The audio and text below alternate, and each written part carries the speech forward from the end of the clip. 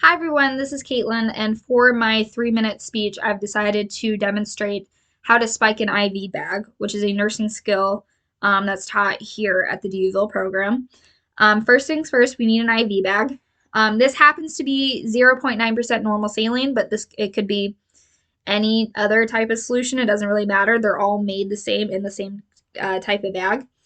It's important to note the two ports at the top. This one with the white cap is irrelevant. You don't take it off, you don't do anything with it. This port with the rubber stopper is the one that we're most concerned with. This is the part where the spike, which is a mechanism of the tubing, is going to go inside. Now, let's talk about the tubing.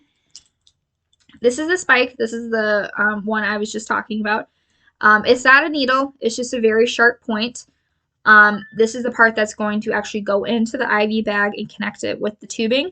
An important part is just to make sure that this part stays clean, meaning don't touch it with your hands, don't touch it with your clothes, with the patient's bed.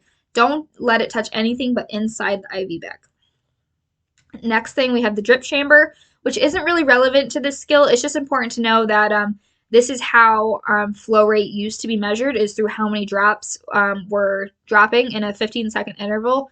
We don't really measure by that anymore because we have IV pumps, which are much more efficient. Next, we have the tubing, which is right here. Usually it comes much longer for solutions. This is very nice because it allows us to see that not only the solution is flowing, but to make sure that there's no air bubbles. If there are air bubbles in your tubing, you absolutely need to get them out by either tapping them against your fingers or running fluids until they all come out. You cannot administer an IV fluid when there are air bubbles. And then here you have the clamp, which can move alongside the tubing. Before we spike it, we need to make sure the clamp is on, meaning the tubing is pinched and no fluid is going to come out even after we connect it.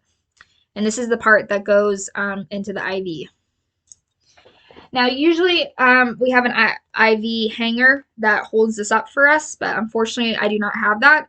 Plus, this is not a new bag, so if I was to turn this upside over, the fluids are going to come out. That would usually not happen in a new bag. So to spike it, we take our spike of the tubing and we push it in. Now, the important part about this is you need to twist it. We can't just push it in, we have to twist it to make sure it's inside. And then we can turn it over and look at that. Fluid is going. We did it right. That's how you know we did it right. Look at the drip chamber and look at the fluids. But it's not going to come all over because we have the clamp on. Thank you so much. I hope you learned something new.